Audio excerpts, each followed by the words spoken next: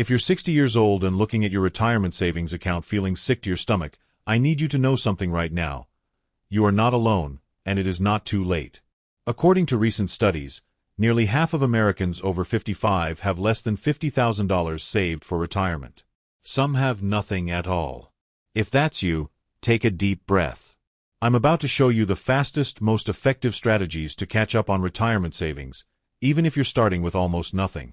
This isn't going to be easy, and I'm not going to lie to you and say everything will be perfect. But if you're willing to take aggressive action right now, you can dramatically improve your retirement situation over the next 5 to 10 years. Let's get to work. Before we dive into strategies, I need to address something.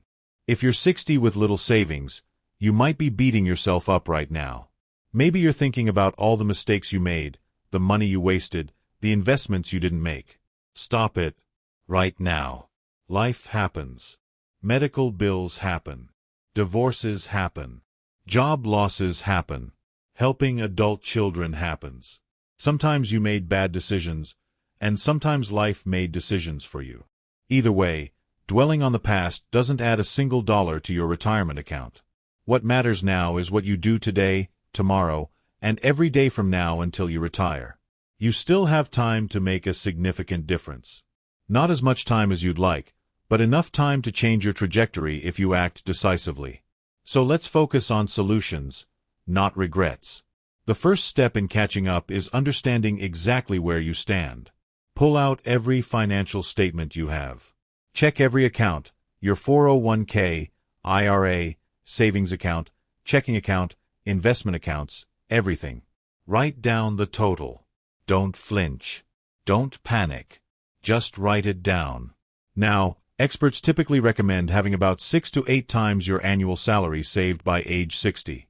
So if you earn $50,000 a year, you should ideally have $300,000 to $400,000 saved. If you earn $75,000, you should have $450,000 to $600,000. If you're nowhere near these numbers, you're in catch-up mode. But here's the good news. Catch-up mode comes with special advantages that younger savers don't get.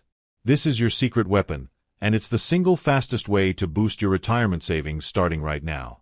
If you're 50 or older, the IRS allows you to make catch-up contributions to your retirement accounts above and beyond what younger workers can contribute. For 2025, here are the limits you need to know. For 401k plans, the standard contribution limit is $23,000, but you can contribute an additional $7,500 in catch-up contributions, for a total of $30,500 per year. For traditional and Roth IRAs, the standard limit is $7,000, plus an additional $1,000 catch-up contribution, for a total of $8,000 per year. And here's the really exciting part. Starting in 2025, if you're between ages 60 and 63, you can contribute even more to your 401k, up to $11,250 in catch-up contributions instead of just $7,500.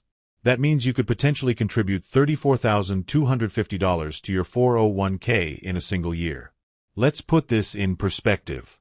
If you max out your 401k catch-up contributions for the next 5 years, contributing $30,500 annually and assuming a modest 7% average return, you could accumulate over $175,000. That's starting from zero. If you already have some savings, it grows even more. I know what you're thinking. How am I supposed to contribute $30,000 a year when I'm barely getting by? Fair question. You might not be able to max it out, but even contributing an extra $5,000 or $10,000 per year makes a massive difference.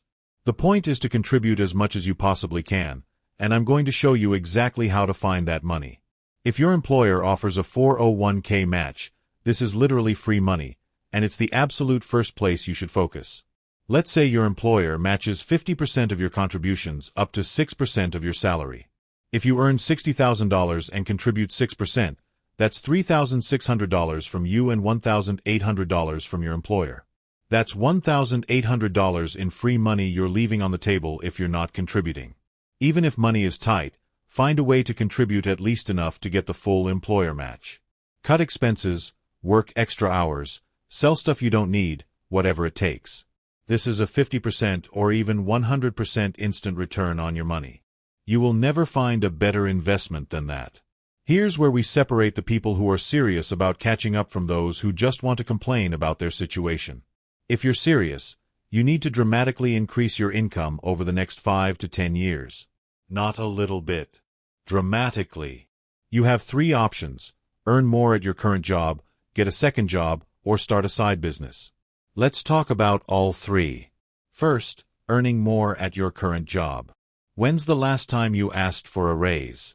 If you've been with your company for years and you're good at what you do, you might be leaving thousands of dollars on the table. Research what people in your position are earning.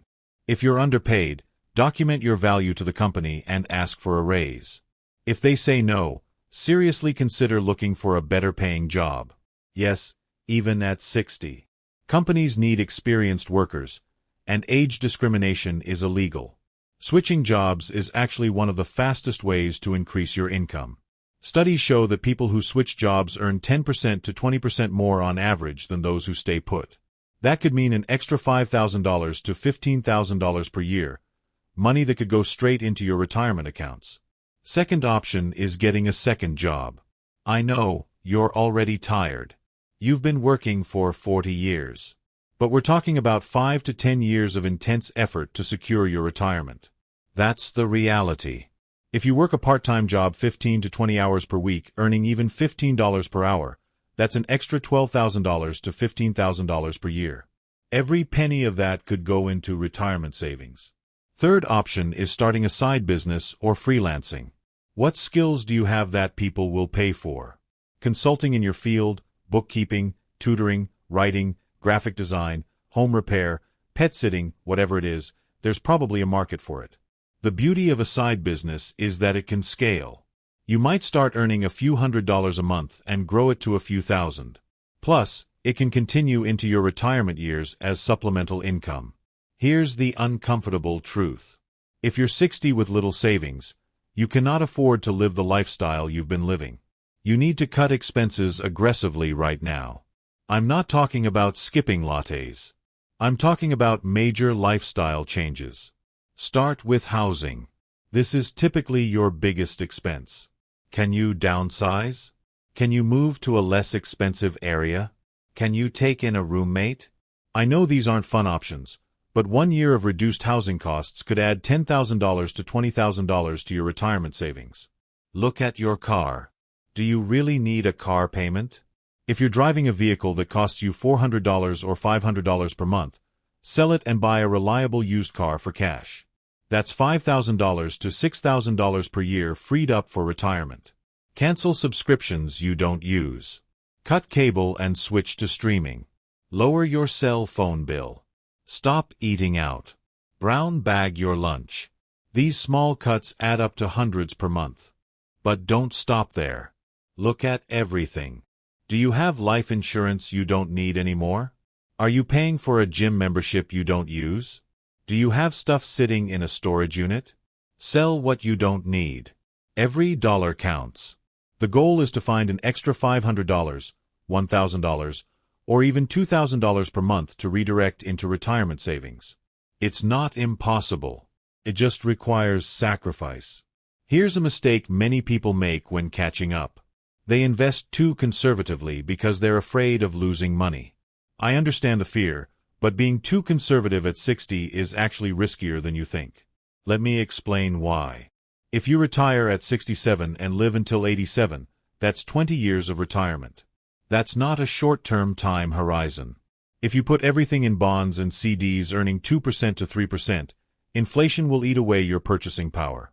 You'll be fine at 67, struggling at 77, and potentially broke at 87. You need growth. That means keeping a significant portion of your portfolio in stocks or stock funds, even in your 60s. A common rule of thumb is to subtract your age from 110 to determine your stock allocation. At 60, that would suggest 50% stocks, 50% bonds. But if you're behind on savings, you might need to be more aggressive, perhaps 60% or even 70% stocks. Yes, there's more volatility, but you need the higher returns to catch up. Just make sure you're diversified through low-cost index funds, not individual stocks. And here's a critical point. Once you start catching up, do not panic sell when the market drops. That's how people destroy their retirement plans. If the market crashes 30%, that's actually a buying opportunity. Your regular contributions are buying stocks on sale. If you're 60 and behind on savings, working until 70 instead of 65 might be your best move. I know that's not what you want to hear, but let's look at the math. Every year you delay retirement does 4 powerful things. First, it's another year to contribute to retirement accounts. At $30,000 per year, that's $30,000 more saved. Second, it's another year your existing savings can grow without withdrawals. Third, it's another year you're not spending down your retirement accounts. Fourth, it delays when you claim Social Security, which increases your benefit. Speaking of Social Security, this is huge. If you claim at 62, you receive only 70% of your full benefit. If you wait until 70, you receive 124% of your full benefit. That's a 77% difference. For someone with a full retirement benefit of $2,000 per month, that's the difference between $1,400 per month and $2,480 per month. Over 20 years of retirement, that's a difference of over $250,000. Working 5 extra years from 65 to 70 while letting your Social Security grow could completely transform your retirement. Instead of struggling on reduced benefits, you'd have a much larger guaranteed income for life. Here's something most people don't know. You can access money from a health savings account tax-free for medical expenses, making it one of the best retirement savings vehicles available. It's actually better than a 401k or IRA because it's triple tax-advantaged. You get a tax deduction when you contribute, it grows tax-free, and you withdraw it tax-free for medical expenses. And here's the kicker. After age 65, you can withdraw HSA money for non-medical expenses without penalty, though you'll pay regular income tax, just like a traditional IRA. To qualify for an HSA, you need to be enrolled in a high-deductible health plan. For 2025, you can contribute up to $4,300 if you have individual coverage, or $8,550 for family coverage. Plus, there's a $1,000 catch-up contribution if you're 55 or older. If you max out an HSA for the next 7 years until you're 67, contributing $5,300 annually and earning 7% returns, you'd have over $45,000. That money can cover healthcare costs in retirement, which Medicare doesn't fully cover. One of the smartest things you can do when catching up is to eliminate all debt before retirement. Debt payments eat into your limited retirement income, and interest charges are money you're throwing away. Here's the priority order for paying off debt. First, if you have high-interest credit card debt, attack it with everything you've got. Pay minimums on everything else and throw every extra dollar at the highest interest card until it's gone. Then move to the next one. This is the avalanche method, and it saves you the most money. Second, focus on your mortgage. Entering retirement with no mortgage payment dramatically reduces how much income you need. If your mortgage payment is $1,500 per month, eliminating it means you need $18,000 less per year in retirement income. Can you refinance to a shorter term? Can you make extra principal payments? Can you downsize to a less expensive home and pay cash? These are all options to consider. Third, pay off car loans and any other consumer debt. The goal is to enter retirement owing nothing to anyone.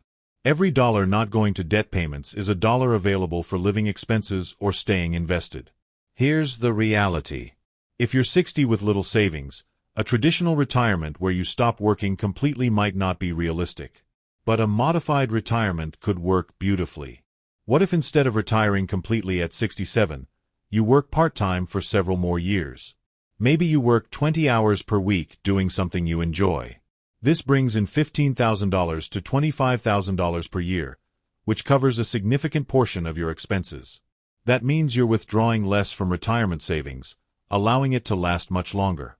Or maybe you start a small business doing something you're passionate about. It doesn't have to make a ton of money. Even $1,000 to $2,000 per month makes a huge difference in your retirement security. The point is, retirement doesn't have to be all or nothing. Working part-time in retirement, especially doing something enjoyable on your own terms, can provide income, purpose, social connection, and financial security. Think about what skills or hobbies you have that could generate income. Consulting, freelancing, teaching, crafting, whatever it is. Start building that side income now while you're still working full-time. By the time you retire, it could be a well-established income stream. If you're married and both of you are working, you have twice the opportunity to catch up. Both of you should be maxing out catch-up contributions if possible. Both of you should be looking for ways to increase income. Both of you should be on board with cutting expenses. This requires honest conversations about money, goals, and sacrifices. You need to be on the same page.